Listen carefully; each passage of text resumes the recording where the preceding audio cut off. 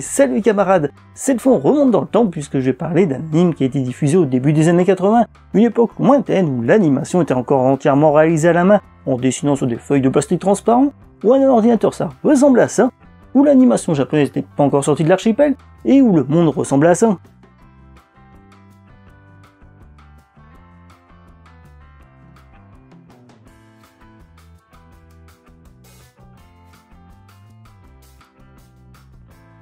L'animation japonaise des années 80 fut marquée par Yamato et Gundam, qui rendirent populaires les animes de science-fiction et les mechas.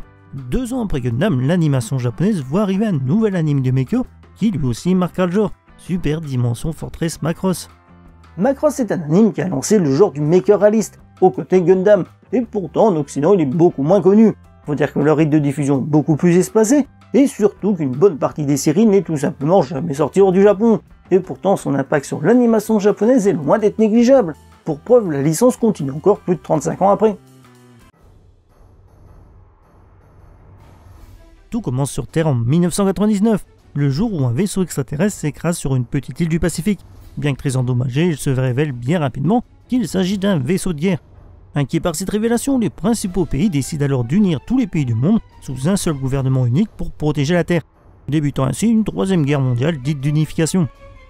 Pendant ce temps, le fameux vaisseau extraterrestre est restauré, devenant le SDF-1 Macross. En 2009, quelques mois après la fin de la guerre, le Macross s'apprête enfin à être inauguré, mais voilà qu'au même moment, des vaisseaux inconnus s'approchent de la Terre. À cause d'un problème avec le vol hyperspatial, le SDF-1, entraînant une partie de l'île avec lui, se retrouve sur l'orbite de Pluton. Avec maintenant près de 56 000 civils à bord, et pourchassé par un ennemi inconnu infiniment plus nombreux et puissant, le Macross tente de regagner la Terre. Pour commencer, il faut savoir que la production a été assez différente de ce qui se faisait à l'époque. Par exemple, on trouve une équipe de production assez jeune, certains étaient même encore à la fac, et n'avaient donc pas énormément d'expérience, et que malgré ça, ils ont quand même eu une très grande liberté d'action, ce qui n'a pas forcément toujours été un avantage. À l'origine, ils travaillaient sur 2 animes en même temps. Le premier anime était un anime très sérieux de style mecha avec des hadiths avec des jambes pour le combat terrestre, alors que le deuxième était une comédie romantique très légère et fanservice sur fond de guerre spatiale et de science-fiction. Le premier a été annulé, et le deuxième, qui devait être une coproduction, l'un des studios a fermé, laissant le studio Noé, qui travaillait alors sur sa première œuvre originale, seul aux commandes. Du coup, ils ont décidé en quelque sorte de fusionner les 2 projets pour créer une romance dramatique. Ils ont retiré à peu près tout ce qui était comédie, et à l'inverse, ils ont renforcé énormément tout ce qui était combat pour la survie de l'humanité et le fameux triangle amoureux. Mais la galère était encore loin d'être terminée. Initialement, la série devait faire 52 épisodes. Pour mettre les choses dans le contexte, à l'époque, il y avait beaucoup moins d'animes que maintenant, mais il faisait plus d'épisodes, avant d'être réduit à 48, puis 39 à cause d'un manque de budget. Et même après le début de la diffusion, en mai 1982, ils ont encore réduit le nombre d'épisodes, ce qui forcément les a obligés à comprimer le scénario au maximum.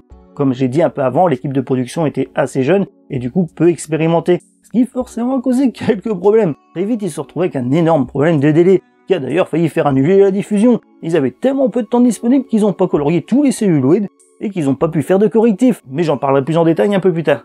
Mais le sponsor lui était très content des ventes de produits dérivés. Du coup, il a commandé une extension, ce qui fait que l'anime fait finalement les 36 épisodes qu'on connaît aujourd'hui, les 27 premiers étant la guerre en elle-même, alors que les suivants sont une sorte d'épilogue allongé qui se déroule 2 ans après, et qui finalement est le point de départ de la saga. Pour la petite histoire, l'idée de mettre une ville à l'intérieur d'un vaisseau spatial avait d'abord été imaginée par Kawamori alors qu'il travaillait sur la coproduction franco-japonaise Ulysse 31, mais ça avait été refusé par la partie française. La transformation du Macross, elle, avait d'abord été imaginée à temps pour la version animée de l'Arcadia d'Albator, mais là c'est l'auteur du manga qui a refusé. Macross a été imaginé par le studio Noé, qui avait déjà travaillé sur des animes comme Yamato en 1974 ou encore Albator en 1978, mais ici il s'agissait de leur première série originale, qui a été réalisée en participation avec le studio Heartland.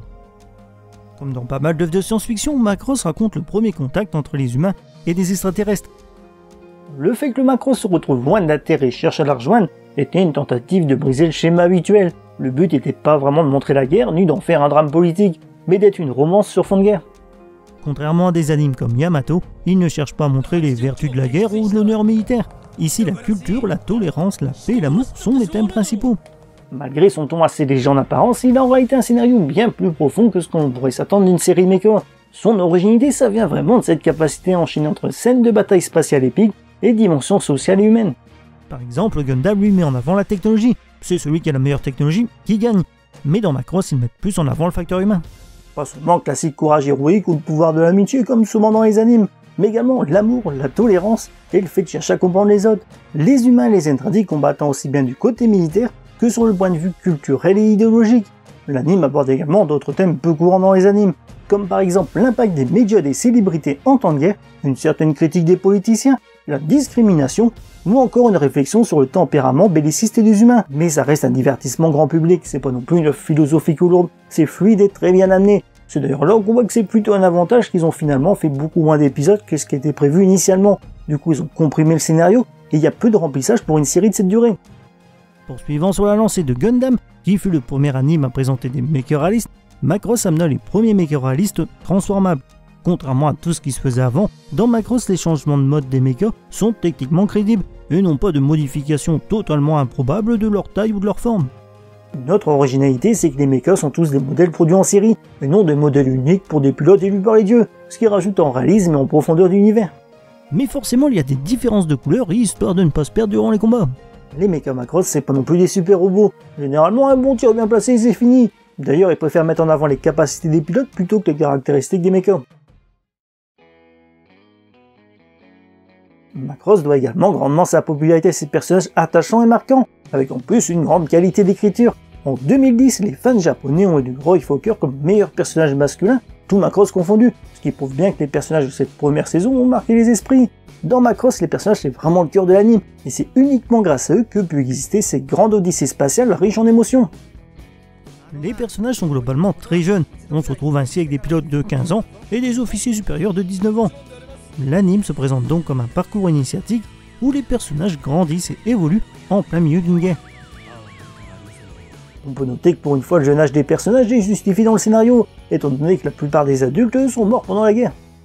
On s'intéresse autant à leur développement et leurs relations qu'à l'avancée de la guerre, les Macross étant particulièrement connus pour leurs emblématiques triangles amoureux. Ici c'est vraiment loin d'être un élément secondaire comme on le voit dans beaucoup d'animes, et même carrément un élément central, à tel point que certains trouvent que vers la fin, le triangle amoureux prend un peu trop de place à l'écran. Hikaru et Mimé commencent comme des adolescents perdus sur un vaisseau. Tout semble les rapprocher, mais les événements les engagent sur des voies très différentes. L'un quittant la vie civile pour devenir pilote militaire, l'autre suivant ses rêves de devenir idole. On se retrouve ainsi avec une intéressante et originale opposition entre point de vue militaire et civil. Autre originalité, Hikaru n'est pas le meilleur pilote, sans se prouver non plus et tout de même assez régulièrement abattu, ce qui change des super pilotes qu'on a l'habitude de voir. Ici la guerre est complexe et assez crédible, ça fait que les actions d'un seul pilote ne vont pas changer le cours de la bataille. Après tout, il ne s'agit que d'un jeune civil qui se retrouve entraîné dans une guerre sans y être préparé. Mais les humains ne sont pas les seuls à être mis en avant, on trouve également de nombreux Zentradi importants et intéressants, leur point de vue étant bien mis en avant, et il ne s'agit pas juste de grands méchants qui viennent attaquer la Terre par ennemi. Ici aussi on ressent la différence avec des animes comme Yamato, étant donné que la guerre n'est jamais glorifiée, et que du coup on ne retrouve pas ce côté guerrier chevaleresque. Là on arrive au gros point noir de la série. Évidemment, je pourrais dire que comme elle a été diffusée au début des années 80, de toute façon de nos jours on peut plus vraiment juger. Mais en réalité, même à l'époque, elle était déjà considérée comme souvent visuellement pas franchement terrible. Ça vient pas forcément d'un manque de compétences de l'équipe de production, les causes sont plus complexes. On peut citer en premier lieu un budget pas franchement faramineux, ils ont même eu énormément de difficultés à trouver des sponsors.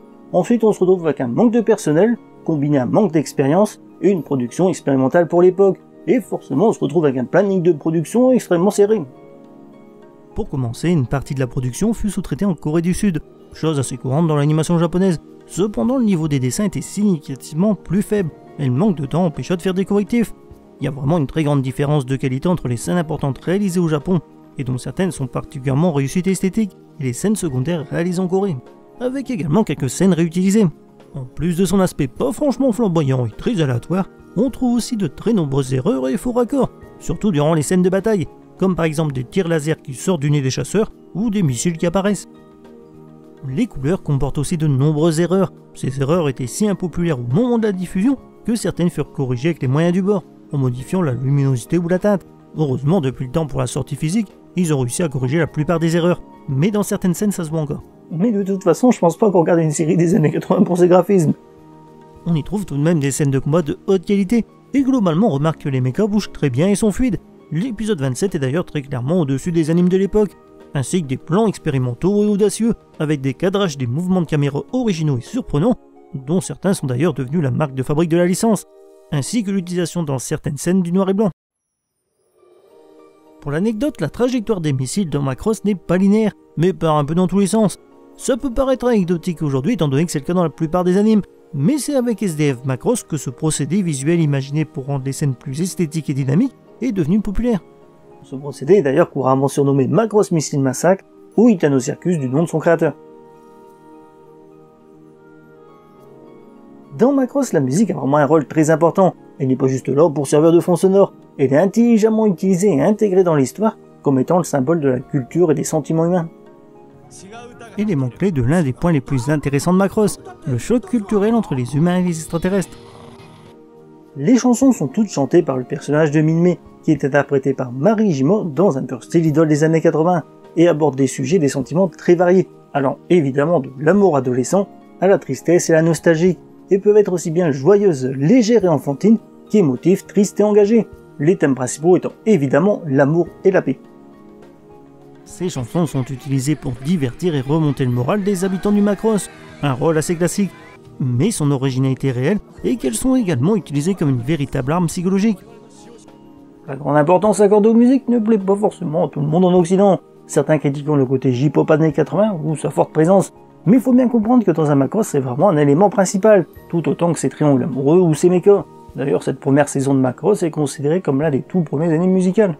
Du coup, il est très courant que les scènes de combat importantes alternent entre scènes de bataille spatiale et plans de Minmay qui chante, et ça ne plaît pas forcément à tout le monde, certains trouvant que ça gâche l'ambiance, le rythme et que ça n'a pas vraiment d'intérêt. Mais très clairement, si on ne s'intéresse qu'à l'action non-stop, faut se tourner vers Gundam, pas Macross. Il faut savoir que Marihijima c'est pas une doubleuse, mais une chanteuse, et qui, comme le personnage de Minmay, a également commencé sa carrière avec Macross, et qui reste encore aujourd'hui populaire. Son dernier album est d'ailleurs sorti cette année. Par la suite, c'est devenu très courant qu'ils organisent des grandes auditions à travers tout le Japon réunissant des milliers de candidates pour sélectionner la nouvelle idole des Macross. Mais si Macross est surtout connu pour ses chansons, on oublie bien souvent de souligner le haut niveau de ses musiques d'ambiance et de ses bruitages. Et pourtant, c'est vraiment rare de trouver un anime avec une OST aussi efficace et mémorable, pour être aussi bien calme et enthousiaste qu'oppressante et véritablement épique, à tel point qu'il permet en partie de passer au-dessus de la faible qualité visuelle.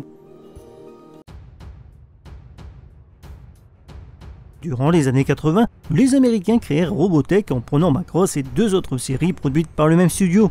C'est avec cette version que l'Occident connaîtra Macross. Très populaire, Macross par l'intermédiaire de Robotech est devenu l'un des pionniers du boom de l'animation japonaise en dehors du Japon, où il est d'ailleurs le premier représentant du genre mecha réaliste, bien avant Gundam. Malheureusement, des problèmes de droit entre le Japon et la société américaine Harmony Gold, les fameux créateurs de Robotech, bloquent très rapidement la sortie des suites hors du Japon, ce qui forcément lui a fait perdre beaucoup en visibilité et donc en popularité face à d'autres licences. D'ailleurs, le premier Macross n'est sorti en France qu'en 2004, soit plus de 20 ans après sa diffusion au Japon, et le dernier Macross sorti en France est Macross Plus, alors qu'il est sorti au Japon en 1996. Quant au Japon, la licence est encore très vivante, puisqu'un deuxième film Macross Delta est prévu pour 2019. Si tu cherches un anime avec des combats à chaque épisode, Macross n'est clairement pas pour toi, car bien que ce soit un anime de guerre, il a un message fortement pacifique et de tolérance. La grande force de cette première saison, en plus de ses mechas, étant son scénario maîtrisé et crédible, ses musiques parfaitement adaptées, le tout avec des personnages intéressants et charismatiques. Macross s'impose comme un monument de la science-fiction, une œuvre qui, malgré ses défauts, reste encore aujourd'hui parfaitement efficace. Si l'aspect te bloque vraiment, tu peux tenter le film Macross Do You Remember Love, qui possède une animation bien supérieure, mais l'histoire est assez différente.